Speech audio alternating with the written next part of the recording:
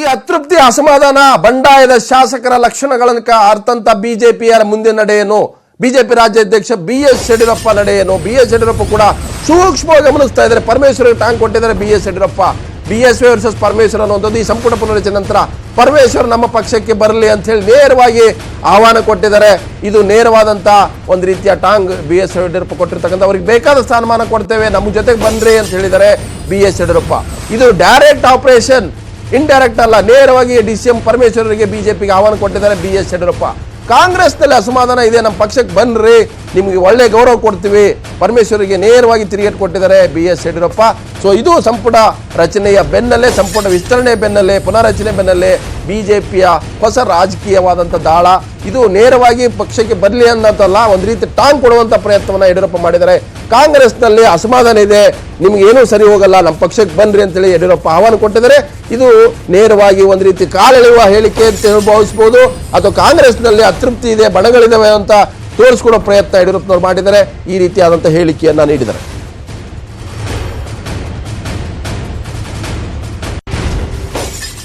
ಕೈ ಬಿಟ್ಟಿರೋದು ಒಂದು ರೀತಿಯಲ್ಲಿ ಪರಿಣಾಮ ಬೀರುತ್ತೆ, ಸಂಜೆ ತನಕ ಕಾದ್ ನೋಡಿ ಏನೇನೆಲ್ಲ ಆಗತ್ತೆ ಅವ್ರ ಪಾರ್ಟಿಲಿ ಅಂತ ಹೇಳಿದ್ದಾರೆ.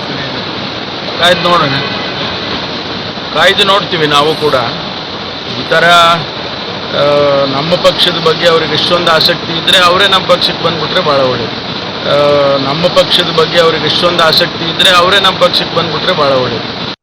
ಕೈ ಬಿಟ್ಟಿರೋದು ಒಂದು ರೀತಿಯಲ್ಲಿ ಪರಿಣಾಮ ಬೀರುತ್ತೆ, ಸಂಜೆ ತನಕ ಕಾದ್ ನೋಡಿ ಏನೇನೆಲ್ಲ ಆಗತ್ತೆ ಅವ್ರ ಪಾರ್ಟಿಲಿ ಅಂತ ಹೇಳಿದ್ದಾರೆ. ಕಾಯ್ದು ನೋಡೋಣ, ಕಾಯ್ದು ನೋಡ್ತೀವಿ ನಾವು ಕೂಡ. ಈ ಥರ ನಮ್ಮ ಪಕ್ಷದ ಬಗ್ಗೆ ಅವ್ರಿಗೆ ಎಷ್ಟೊಂದು ಆಸಕ್ತಿ ಇದ್ದರೆ ಅವರೇ ನಮ್ಮ ಪಕ್ಷಕ್ಕೆ ಬಂದ್ಬಿಟ್ರೆ ಭಾಳ ಒಳ್ಳೇದು. ನಮ್ಮ ಪಕ್ಷದ ಬಗ್ಗೆ ಅವ್ರಿಗೆ ಎಷ್ಟೊಂದು ಆಸಕ್ತಿ ಇದ್ದರೆ ಅವರೇ ನಮ್ಮ ಪಕ್ಷಕ್ಕೆ ಬಂದ್ಬಿಟ್ರೆ ಭಾಳ ಒಳ್ಳೇದು. ಕೈ ಬಿಟ್ಟಿರೋದು ಉಪಮುಖ್ಯಮಂತ್ರಿಗಳು ಪರಮೇಶ್ವರ್ ಅವರು ಹಿರಿಯ ನಾಯಕರಾಗಿ ಯಡಿಯೂರಪ್ಪನವರು ಕಾಂಗ್ರೆಸ್ಗೆ ಬರಲಿ ಅಂತೇಳಿ ಹೇಳಿ ಹಗುರವಾಗಿ ಮಾತನಾಡಿದ್ದಾರೆ. ನಾನು ಪರಮೇಶ್ವರ್ಗೆ ಹೇಳಕ್ಕೆ ಇಚ್ಛೆ ಪಡ್ತೇನೆ, ನಿಮ್ಮ ಬಗ್ಗೆ ನನ್ನ ಗೌರವ ಇದೆ. ಕಾಂಗ್ರೆಸ್ನಲ್ಲಿ ಗೊಂದಲಗಳು ಪ್ರಾರಂಭ ಆಗುತ್ತೆ ಅಂತ ಹೇಳಿದ್ದು ಅದು ನಿಜ ಆಗಿದೆ, ಗೊಂದಲ ಉಂಟಾಗಿದೆ. ಆ ಸಂದರ್ಭದಲ್ಲಿ ಅವ್ರು ಹೇಳಿದ ಮಾತಿಗೆ ನೀವು ಈ ರೀತಿ ಪ್ರತಿಕ್ರಿಯೆ ವ್ಯಕ್ತಪಡಿಸೋದಾದರೆ ನನಗನ್ಸುತ್ತೆ ನಿಮಗೆ ಸೂಕ್ತವಾದಂಥ ಸ್ಥಳ ಅಂತ ಹೇಳಿದ್ರೆ ಭಾರತೀಯ ಜನತಾ ಪಾರ್ಟಿ. ಇಲ್ಲಿ ಬಂದು ಜವಾಬ್ದಾರಿಯನ್ನು ತಗೊಂಡು ನಿಮ್ಗೆ ಯಾವ ಸ್ಥಾನಮಾನ ಬೇಕೋ ಕೊಡ್ತೇವೆ, ಗೌರವ ಕೊಡ್ತೇವೆ, ಹೇಗೂ ನಿಮ್ಗೆ ಅಲ್ಲಿ ಅಸಮಾಧಾನ ಇದೆ, ಬಂದು ಭಾರತೀಯ ಜನತಾ ಪಾರ್ಟಿಗೆ ಸೇರಿಕೊಂಡು ಎಲ್ಲ ರೀತಿ ಸಹಕಾರವನ್ನು ನಾವು ಕೊಡೋಕೆ ಸಿದ್ಧ ಇದ್ದೇವೆ ಅಂತೇಳಿ ಅವರು ಪಕ್ಷಕ್ಕೆ ಆಹ್ವಾನ ಮಾಡ್ತಾ ಇದ್ದೇನೆ. ಇದು ನೇರವಾಗಿ ಯಡಿಯೂರಪ್ಪ ಪರಮೇಶ್ವರನ ಬಿಜೆಪಿ ಸೇರಿ ಅಂತ ಆಹ್ವಾನ ಕೊಟ್ಟಿದ್ರೆ, ಮತ್ತೊಂದು ಕಡೆ ಬೆಳಗಾವಿಯ ಸಾಹುಕಾರರ ಏನು ಬಂಡಾಯ ಇತ್ತು, ಅದು ರಮೇಶ್ ಜಾರಕಿಹೊಳಿ ಬಂಡಾಯಕ್ಕೆ ಹೈಕಮಾಂಡ್ ಸಂಪೂರ್ಣವಾಗಿ ತಣ್ಣೀರಚ್ಚಿದೆ. ಅವರ ಸಹೋದರ ಸತೀಶ್ ಜಾರಕಿಹೊಳಿ ಅವರಿಗೆ ಮಂತ್ರಿ ಸ್ಥಾನ ಕೊಟ್ಟಿದೆ. ಇಬ್ಬರೂ ಕೂಡ ಅತೃಪ್ತಿ ಹೊರಗೆ ಹಾಕಿದ್ರು. ಉತ್ತರ ಕರ್ನಾಟಕ ಕನ್ಯೆ ಆಗಿದೆ ಅಂತ ಸತೀಶ್ ಜಾರಕಿಹೊಳಿ ಹೇಳಿದ್ರು. ಅಷ್ಟೇ ಅಲ್ಲ, ನಮ್ಮ ಸಹೋದರ CM ಆಗಬೇಕು ಅಂತ ಆಸೆ ಇದೆ ಅಂತ ರಮೇಶ್ ಜಾರಕಿಹೊಳಿ ಹೇಳಿದ್ರು.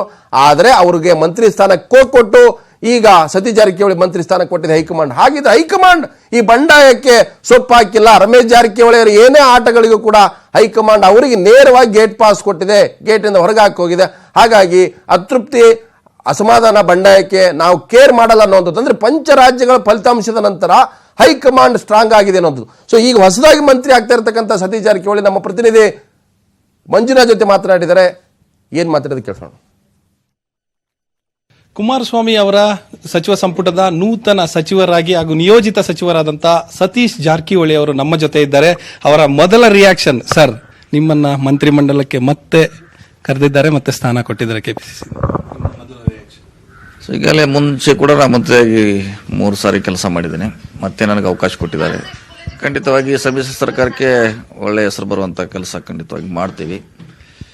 ಸೊ 2 ಪಕ್ಷದ ನಾಯಕರ ಮಂತ್ರಿಮಂಡಲ ಸೇರಿಸಲಿಕ್ಕೆ ಪ್ರಯತ್ನ ಆಗಿದೆ, ಅವರಿಗೆ ಅಭಿನಂದನೆಗಳನ್ನು ಸಲ್ಲಿಸ್ತೇನೆ. ಈ ಹಿಂದೆ ನಿಮ್ಗೆ ನಿಮ್ದೇ ಸರ್ಕಾರದಲ್ಲಿ ಮಾಡಿದ್ರೆ, ಅಂದ್ರೆ ಕಾಂಗ್ರೆಸ್ ಪಕ್ಷದ, ಈಗ ಸಮ್ಮಿಶ್ರ ಸರ್ಕಾರ ನಿಭಾಯಿಸೋದೇ ದೊಡ್ಡ ಕಷ್ಟ.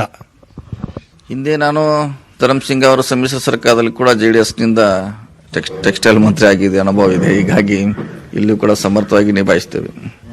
ಸೊ ಇದರ ಜೊತೆಗೆ ಏನಂದ್ರೆ, ಈಗ ಅಂದ್ರೆ ನಿಮ್ಗೆ ಒಂದ್ ಕಡೆ ಸರ್ಕಾರ, ಎರಡನೇದು ನಿಮ್ಮ ಬೆಳಗಾವಿಯ ನಿಮ್ಮ ಮನೆ ಮತ್ತೆ ಇದರಲ್ಲಿರುವಂತಹ ಗೊಂದಲಗಳು, ಅದ್ರ ಬಗ್ಗೆ. ಗೊಂದಲ ಇದ್ರೂ ಕೂಡ, ಸೊ ಹಿಂದೆ ಕೂಡ ಇತ್ತು, ಇವತ್ತಿಲ್ಲ, ಹಿಂದೂ ಕೂಡ ಇತ್ತು, ಯಾವಾಗಲೂ ಕೂಡ ಸಮಸ್ಯೆ ಇದ್ದೇ ಇದೆ ಬೆಳಗಾವಿ ಜಿಲ್ಲೆಯಲ್ಲಿ. ಆದರೂ ಕೂಡ ಹಿಂದೆ ರಮೇಶ್ ಅವರು ಮಂತ್ರಿ ಆದಾಗೆ ನಾವು ಕೂಡ ಸಂಪೂರ್ಣವಾಗಿ ಬೆಂಬಲ ಕೊಟ್ಟಿದ್ವಿ. ನಾವು ಮಂತ್ರಿಗಳಿದ್ದಾಗ ಕೂಡ ಅವರು ನಮಗೆ ಸಂಪೂರ್ಣವಾಗಿ ಬೆಂಬಲ ಕೊಟ್ಟಿದ್ದಾರೆ. ಸೊ ಯಾರು ಮಂತ್ರಿ ಇದ್ದಾರೆ ಅವ್ರು ಖಂಡಿತವಾಗಿ ಅವರು ಸಹಕಾರ ಮಾಡ್ತಾರೆ. ಅವ್ರ ಜೊತೆಯಲ್ಲೇ ನಾವು ಪಕ್ಷವನ್ನು ಬೆಳಗಾವಿ ಜಿಲ್ಲೆಯಲ್ಲಿ ಕಟ್ತೀವಿ. ಪ್ರಮುಖವಾಗಿ ಈಗ ಬಿಜೆಪಿಗೆ ಹೋಗುವಂತದ್ದು ಭಿನ್ನಮತ ಶುರುವಾಗಿದೆ. ಅದ ನಿಮ್ಮ ಸಹೋದರರೇ ಬಿಜೆಪಿಗೆ ಹೋಗ್ತಾರೆ ಅಂತ ಹೇಳುವಂತದ್ದು ಇದೆ. ಅವ್ರನ್ನ ನಿಲ್ಲಿಸೋದೇ ಪಕ್ಷದಲ್ಲಿ ನಿಮಗೆ ಚಾಲೆಂಜ್ ಅಂತ? ಇಲ್ಲ, ಅದು ಖಂಡಿತವಾಗಿ ಯಾವುದೇ ಸಂದರ್ಭದಲ್ಲಿ ಅವ್ರು ಹೋಗೋಲ್ಲ ಬಿಜೆಪಿಗೆ. ಸೊ ನಾವೆಲ್ಲ ಈಗಾಗಲೇ ಹೇಳಿದಂಗೆ ಅವ್ರನ್ನ ನಮ್ಮ ಮುಖಂಡರು, ಶಾಸಕರು ಅವ್ರ ಜೊತೆ ಮಾತುಕತೆ ಮಾಡ್ತೀವಿ. ಅವರು ಕೂಡ ಪಕ್ಷಕ್ಕೆ ಅವಶ್ಯಕತೆ ಇದೆ. ಯಾಕಂದ್ರೆ ನಾವು ಲೋಕಸಭೆ ಚುನಾವಣೆ ಗೆಲ್ಲಬೇಕಾಗಿದೆ. ಅವರ ಶಕ್ತಿ ನಮಗೆ ಅವಶ್ಯಕತೆ ಇದೆ. ಅವ್ರ ಜೊತೆ ಮಾತಾಡ್ತೀವಿ. ಇನ್ನು ಪ್ರಮುಖವಾಗಿ ನಿಮ್ಮ ಜಿಲ್ಲೆಗೆ ಬಂದ್ರೆ ಲಕ್ಷ್ಮೀ ಹೆಬ್ಬಾಳ್ಕರ್ ಅವರು ಕೂಡ ವಿವಿಧ ರೀತಿಯ ಹೇಳಿಕೆಗಳನ್ನ ಕೊಡ್ತಾ ಇದ್ದಾರೆ. ಮತ್ತೆ ಅವ್ರನ್ನೆಲ್ಲ ಏನಾದ್ರು ಅಂದ್ರೆ ನಿಮ್ಮ ಒಂದ್ ಕಡೆ ಸೇರಿಸ್ಕೊಂಡು ಅವ್ರನ್ನ ಸಮಾಧಾನ ಪಡಿಸುವಂತದ್ದು ಏನಾದ್ರು ಆಗಿದೆಯಾ ಅಥವಾ ಏನು ಅಂತ? ಅವ್ರು ಹೇಳಿಕೆ ಕೊಟ್ಟರೆ ಅದಕ್ಕೆ ನಮ್ಮ ಪಕ್ಷ ಇದೆ, ಅಧ್ಯಕ್ಷ ಇದ್ದಾರೆ, ಅವರು ಅದನ್ನ ನಿಭಾಯಿಸ್ತಾರೆ. ನಮಗೆ ಅದ್ರ ಬಗ್ಗೆ ಪ್ರತಿಕ್ರಿಯೆ ನೀಡೋದು ಅವಶ್ಯಕತೆ ಇಲ್ಲ. ಅದು ಪಕ್ಷದ ವರಿಷ್ಠರು, ನಮ್ಮ ಪಕ್ಷದ ಜವಾಬ್ದಾರಿ, ಅದನ್ನು ಅವ್ರಿಗೆ ಗಮನ ಹರಿಸ್ತಾರೆ. ಅಲ್ಲ, ಈಗ ಬಹುಶಃ ನಿಮ್ಗೆ ಉಸ್ತುವಾರಿ ನಿಮ್ಗೆ ಸಿಗುತ್ತೆ ಬೆಳಗಾವಿದು. ಅಲ್ಲಿ ಅವ್ರನ್ನು ಕೂಡ ಅವ್ರನ್ನ ನಿಮ್ಮ ಇದಕ್ಕೆ ತಗೊಂಡು ಬೆಂಬಲಕ್ಕೆ ತಗೊಂಡು ಮಾಡುವಂತದ್ದು ಕೂಡ ಜವಾಬ್ದಾರಿ ಫೈನಲಿ ನಿಮ್ಗೆ ಬೀಳುತ್ತೆ. ಖಂಡಿತವಾಗಿ ಮಾಡ್ತೀವಿ. ಎಲ್ಲರನ್ನೂ ಒಟ್ಟಿಗೆ ತಗೊಂಡು ಹೋಗುವಂತ ಪ್ರಯತ್ನ ಮಾಡ್ತೀವಿ. ಹಿಂದೂ ಕೂಡ ಮಾಡಿದ್ವಿ, ಮುಂದೂ ಕೂಡ ಮಾಡ್ತೀವಿ. Thank you sir. ಇದು ಸತೀಶ್ ಜಾರಕಿಹೊಳಿ ಅವರ ಮಾತು. ಕ್ಯಾಮರಾ ಪರ್ಸನ್ ಯೋಗೇಶ್ವರ್ ಜೊತೆ Manjunath C, news 18 Kannada, Bengaluru. So ರಾಜಕಾರಣ ಹೇಗಿರುತ್ತೆ ಅಂದ್ರೆ ಈಗ ಲಕ್ಷ್ಮೀ ಹೆಬ್ಬಾಳ್ಕರ್ ವರ್ಸಸ್ ರಮೇಶ್ ಜಾರಕಿಹೊಳಿ ನಡುವಿನ ಗುದ್ದಾಟ. DK ಶಿವಕುಮಾರ್ ಬೆಳಗಾವಿ ಯಾಕೆ ಹಾಕ್ತಾರ್ರಿ, ಅವ್ರಿಗೆ ಇರೋದು ಅವರು ಕನಕಪುರ ಅನ್ನುವಂತ ಮಾತನಾಡಿದಂಥವ್ರು ಈಗ ಅವರೆಲ್ಲರನ್ನು ಒಟ್ಟಿಗೆ ಸೇರಿಸ್ಕೊಂಡು ಹೋಗ್ತೀನಿ ಅಂತ. ಹೀಗೆ ಒಂದು ಮಂತ್ರಿ ಸ್ಥಾನ ಯಾವ ರೀತಿಯಾಗಿ ಬದಲಾವಣೆಗಳು ಮಾಡುತ್ತೆ ಅನ್ನುವಂಥದ್ದು ಇದರಿಂದ ಗೊತ್ತಾಗ್ತಾ ಇದೆ. ಸೊ ಒಬ್ರು ಮಂತ್ರಿ ಸ್ಥಾನ ಕಳ್ಕೊಳ್ತಾರೆ, ಮತ್ತೊಬ್ರು ಹೊಸದಾಗಿ ಮಂತ್ರಿ ಆಗ್ತಾರೆ. ಮತ್ತೆ ಅದೇ ಬೆಳಗಾವಿ ರಾಜಕಾರಣದಲ್ಲಿ ನಾವೆಲ್ಲ ಒಟ್ಟಾಗಿ ಹೋಗ್ತೀವಿ ಅನ್ನೋದು. ಇದೇ ವಿದ್ಯಮಾನಕ್ಕೆ ಸಂಬಂಧಪಟ್ಟಂತೆ ರಮೇಶ್ ಜಾರಕಿಹೊಳಿ ಮಂತ್ರಿ ಸ್ಥಾನವನ್ನ ಕಳ್ಕೊಂಡಂತವರು ಪ್ರತಿಕ್ರಿಯಿಸಿದರೆ. ಸೊ ಇದು ಯಾವುದೇ ರೀತಿಯಾದಂಥ ತೊಂದರೆ ಇಲ್ಲ, ನಾವು ಹೈಕಮಾಂಡ್ ಏನು ತೀರ್ಮಾನ ಕೈಗೊಳ್ಳುತ್ತೆ ಅದಕ್ಕೆ ರೆಡಿ ಅನ್ನೋದು. ಆದರೆ ಒಂದು ಮೂಲದ ಪ್ರಕಾರ ಶಾಸಕ ಸ್ಥಾನಕ್ಕೆ ರಮೇಶ್ ಜಾರಕಿಹೊಳಿ ರಾಜೀನಾಮೆ ಕೊಡಕ್ಕೆ ಮುಂದಾಗಿದ್ದಾರೆ. ಈ ಮೂಲಕ ಒಂದು ಮೆಸೇಜ್ ಅನ್ನ ಪಾಸ್ ಮಾಡಲಿಕ್ಕೆ ನಾವು ಸುಮ್ಮನಿರಲ್ಲ, ದೋಸ್ತಿ ಸರ್ಕಾರಕ್ಕೆ ನಾವು ಒಂದು ರೀತಿ ಎಚ್ಚರಿಕೆ ಗಂಟೆ ಕೊಡ್ತೀವಿ ಅನ್ನುವಂಥ ಮೆಸೇಜ್ ಪಾಸ್ ಮಾಡಲಿಕ್ಕೆ ಸಂಜೆ ಈ ರೀತಿಯ ರಾಜೀನಾಮೆಯ ನಿರ್ಧಾರವನ್ನು ಪ್ರಕಟಿಸ್ತಾರೆ ಅನ್ನುವಂಥ ಸುದ್ದಿ ದೊಡ್ಡ ಪ್ರಮಾಣದ ಹಬ್ಬಿದೆ. ಹಾಗಾದರೆ ಈ ಒಂದು ಅವಮಾನಕ್ಕೆ ಸಚಿವ ಸ್ಥಾನದಿಂದ ತೆಗೆದುಹಾಕಿರ್ತಕ್ಕಂಥ ಹೈಕಮಾಂಡ್ಗೆ ರಾಜೀನಾಮೆ ಮೂಲಕ ಮೆಸೇಜ್ ಪಾಸ್ ಮಾಡಲಿಕ್ಕೆ ರಮೇಶ್ ಜಾರಕಿಹೊಳಿ ಸಿದ್ಧತೆ ಮಾಡ್ಕೊಂಡಿದ್ದಾರೆ ಅಂತ ಮಾಹಿತಿ ಸಿಗ್ತದೆ. ಹಾಗಿದ್ರೆ ಕಾಂಗ್ರೆಸ್ ತೊರಿತಾರ ರಮೇಶ್ ಜಾರಕಿಹೊಳಿ ಅನ್ನೋ ಒಂದು ಪ್ರಶ್ನೆ ಕೂಡ ಹೇಳುತ್ತೆ.